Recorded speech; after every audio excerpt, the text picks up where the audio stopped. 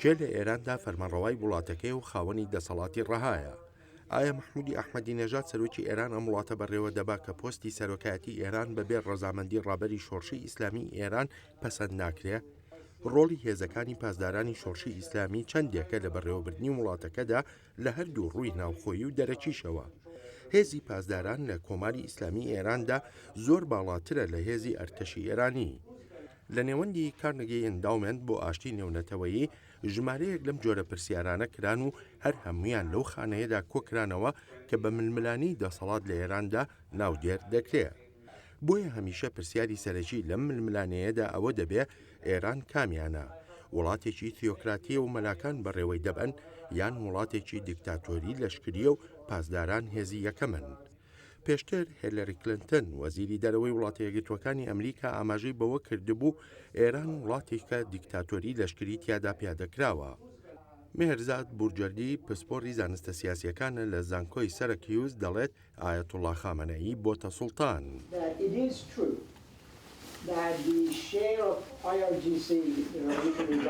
دەڵێ بەڵێ ئەوە ڕاستە ژمارەی ئەندامانی پاسدارانی شۆڕشی ئیسلامی لە نێوەندەکانی دەسەڵاتدا هەروە دێ و زیاد دەکەن، بەڵام ئەمە بەو مانایە نییە ژمارە و دەسەڵاتی مەلاکان لە نێوەندە گرنگەکانی دەسەڵاتدا لە ئێران کەم بووبنەوە، بەڵکو بە پێچەوانەوە. بەپێی ئەو زانیاریانەی وان لەبەردەستدا ژمارەی مەلاکان و کەسایەتی ئاینیەکان لەو نێوەندە گرنگانەی تاران و قوم و مەشهەد و شوێنەکانی تریشدا زیاترن. پرۆفیسۆر مێهرزاد دەژڵێت ئێران دەوڵەتێکی ئاینیە، بۆ نمونە وەک دەڵێت دەسەڵاتی دادوەری لە کەسایەتی ئاینیەکان پێکاتووە، هەرچی پاسدارانی شۆڕشی ئیسلامیشە بە شوێن ئەوەوەن کە ڕۆڵیان هەبێت لە ڕووداوەکانی ئێراندا و دەڵێت ئەوە زیادەڕۆیی ئەگەر بگوترێ پاسداران کۆنتڕۆڵی وڵاتەکەیان کردووە. بەڵام لەم کۆنفرانسی کارنگی ئەنداومنتدا علی ئەلفۆنی لە نێوەندی ئەمریکان ئینتەرپرایز بە پێچەوانەی پرۆفیسۆر مێهرزادەوە جەخت دەکاتەوە لەوەی پاسدارانی شۆڕشی ئیسلامی تەواوی وڵاتەکەیان کۆنتڕۆڵ کردووە و هەموو شتێکیان لەژێر دەستدایە.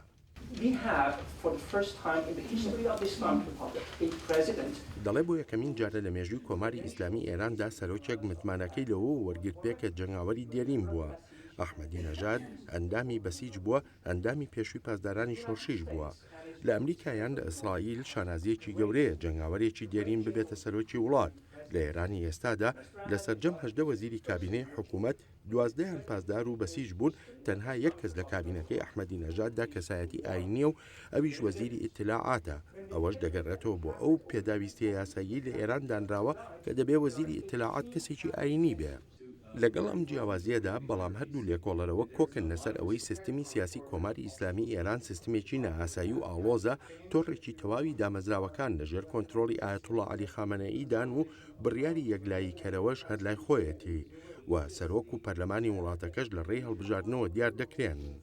لە ساڵی 2005ەوە کە لە ئێران سەرۆکێکی کۆنەپارێز هاتە سەر دەسەڵات، تەواوی ئۆرگانەکانی حکوومەت لەلایەن کۆنەپارێزانەوە کۆنتڕۆڵ کران. ململانی دەسەڵات لە ئێراندا لە پاشاتنە ئارای بەرەی ڕیفۆرمخوازی ئێران بە ئاشکرایی جەمسەریگر لە نێوان هەردوو بەرەی ئیسلاح تەڵەبان و محافیزکارانی کۆماری ئیسلامی ئێراندا. بەڵام ئەوەی زۆرێک لە چاودێران لەسەری کۆکن ئەوەیە کاتێک کێشەکان دەگەنە سەر ئێسقان و کاریگەری دەبێ بەسەر بەرژەوەندەکانی کۆماری ئیسلامی ئێرانەوە، هەردوو لایەنی ڕیفۆرمخوازان و کۆنەپارێزان هەوڵەکانیان دەکەنە یەک لە پێناو درێژە پێدان بە تەمەنی کۆماری ئیسلامی ئێران. بەڵێن ساڵح بەشی کوردی دەنگی ئەمریکا.